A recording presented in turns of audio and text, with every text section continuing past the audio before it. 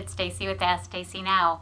And as most of you know, I started a gluten-free diet today. And so I'm not going to tell you that gluten-free is easy. It takes a lot of label reading to really find out, because you'd be surprised exactly what has gluten in it. Even sliced cheese has some gluten in it, and it's not because the cheese does, it's because of the way they process it when they slice it or how they keep it from sticking together.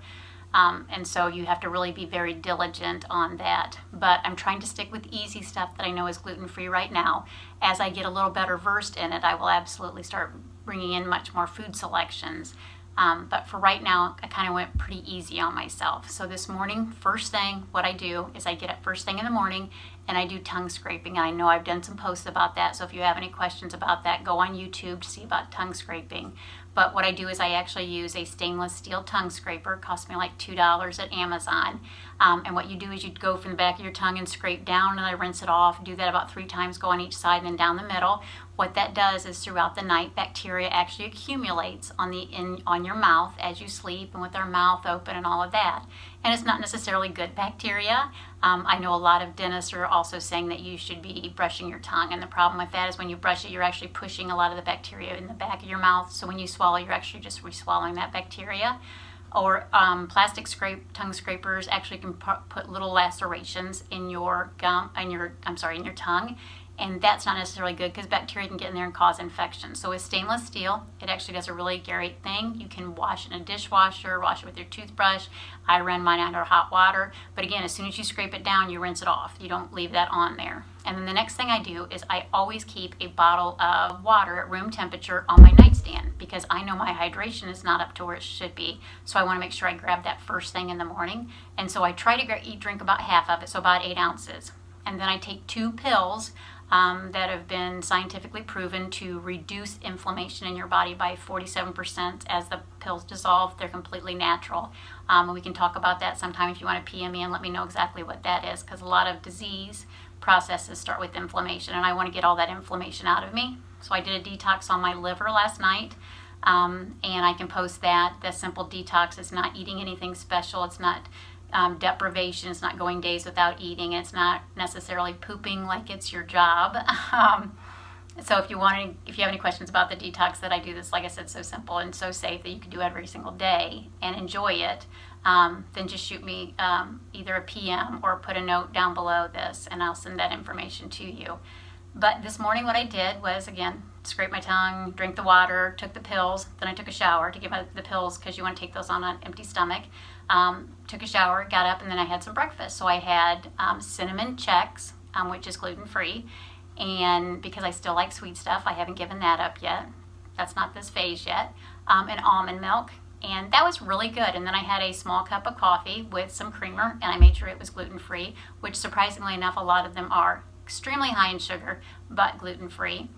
And then for lunch, I kind of mixed it up a little bit, and I had the quinoa fiesta salad. And so quinoa, black beans, cheese, guacamole, pico de gallo, all of that. That was absolutely amazing. And then I actually brewed some sweet tea in my Instapot with green tea. So that's extremely healthy. Green tea is really good for you as an antioxidant. And made that for myself. And then for supper, I'm just going to have an apple with peanut butter. They're pretty good sized apples, I'm not going to lie. Not as big as my head, but probably about that big around. And I will core those out and have those with peanut butter. And then later on tonight, most likely, I will have some guacamole and some gluten-free crackers. I found some really great ones. So what I want to do is, as I'm eating these things and I like them or not like them, what I'm going to do is post pictures of them and say, yes, these are really great, these were this price, and it was at this store, because I don't want to give you things that you have to necessarily search for or send away for because they're not located around here. Until we all become very well versed in what gluten-free means, I'm going to actually be giving you ideas of where to get them at your local Walmart, Myers, wherever that looks like. But again, I'm not going to say gluten-free is going to be easy, but today it wasn't so bad. And so tonight, after supper, like I said, we're going to play it by ear, because I am kind of a snacker, and I want to make sure that what I'm eating is good, but also what I like, because I don't want to do this if it's necessarily not going to be. If I'm forcing myself to eat, then that's not enjoyable to me. And I want to cut off my eating at about 7 o'clock. That gives my body a chance to digest. A lot of people notice that they have heartburn if they eat after 7 o'clock. And we will be talking about heartburn as well later on in the week. But cut off at 7 o'clock, and that way I'm able to kind of just start to mellow out. And then I'm going to do a little bit of meditation, and I can also share a couple meditation songs that I do or music that I do that helps me really relax right before I go to bed. Because the most important thing in your life is your nutrients, your sleep, and your poop is a huge indicator of what's going on with you. So if you're suffering with constipation or any digestive issues, or you're not sleeping, or you're not eating right, those are all clear indicators of how your health is going to be. And then if you want to do something like I'm doing, reach out to me and we'll talk about exactly what I'm doing, exactly what I want to do, and exactly what I want to help you to do. So I want you to have an absolutely spectacular day.